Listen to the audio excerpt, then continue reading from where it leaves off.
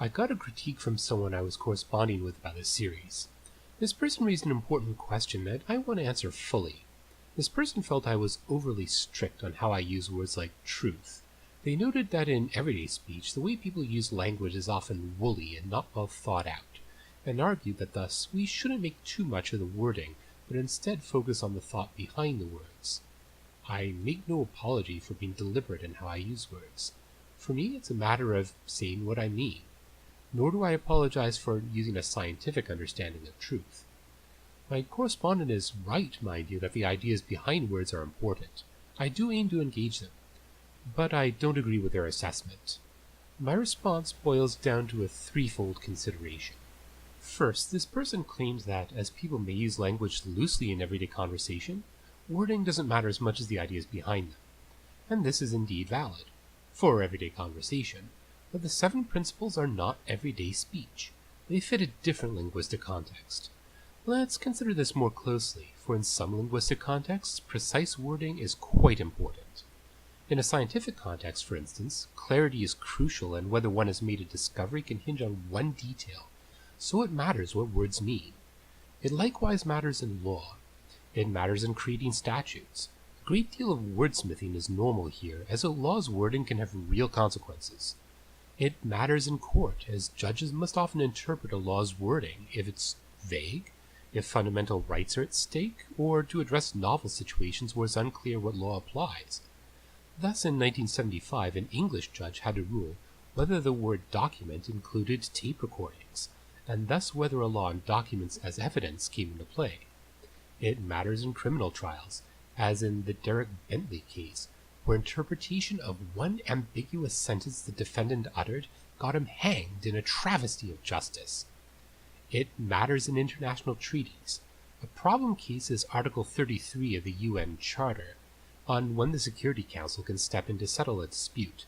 This article's meaning hinges on one word, which is rendered differently in the various official languages. So in English, the dispute must be likely to threaten international peace, while in Russian and Chinese, the threat to peace must merely be possible, and all these versions have the same official standing.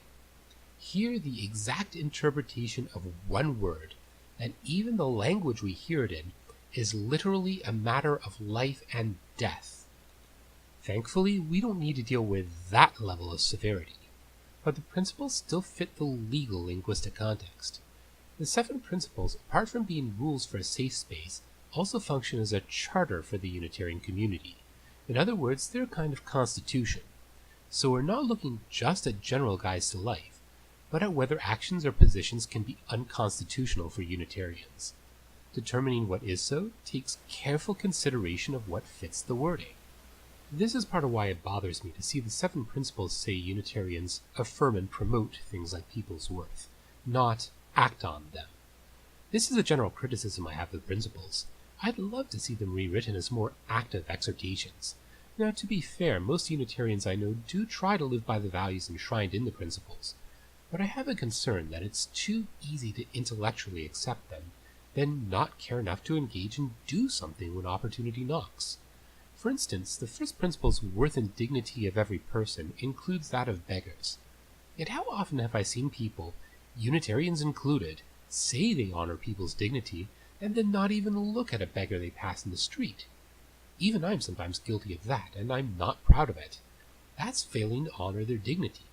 Surely engaging the value behind the principle means not just acknowledging their humanity, but action.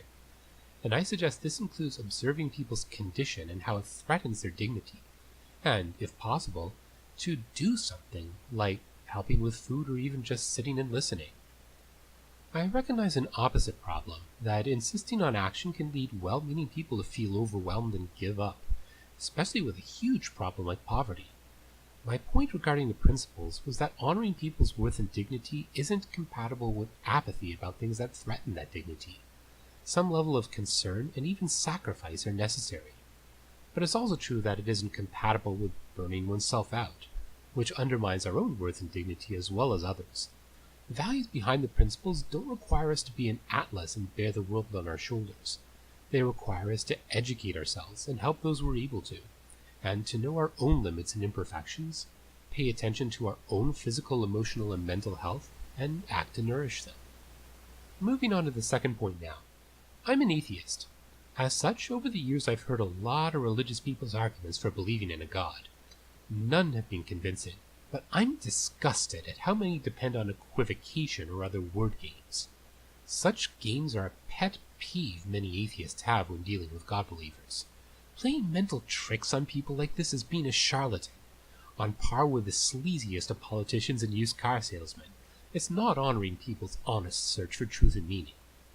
This search and engaging the relevant issues would be hard enough if everyone were well informed and entirely honest. But that is not what we see.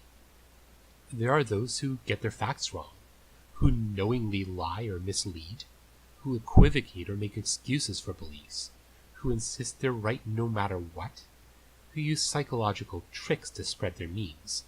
The arena of faith is far from immune to this. Even the best of us can be manipulated by these. I've seen it firsthand as a former pastor's kid, as someone who once studied apologetics to try to convert others, who has often dealt with proselytizers, and who myself once nearly got suckered into a cult. Fully partaking in the search includes not just wonder and exploring, but clear thinking, weeding out deceptions, and being on our guard against traps as safeguards against a poor choice of path. Insisting on clear meaning in words is a valuable first step in this. I'll approach my third point through a trait I've oftentimes observed in Unitarians, one that I actually find rather endearing. It relates to their diversity. Christians, atheists, pagans, and others are united under their aegis, which means they often have religious language and readings one group resonates with, but another cringes at. References to a god, for one, are notoriously controversial. Their trait is to try to get around this by getting people to define for themselves what religious terms like God or spirituality mean to fit their own needs. So when the word God is used, they often tell atheist listeners to mentally substitute something they value like love.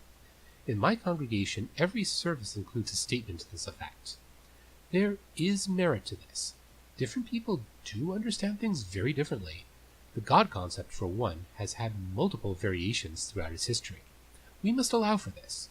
The intent of respecting others' beliefs, letting insights from various sources of common appeal, and letting people find spirituality on their own terms is quite noble, but I think the trait goes too far.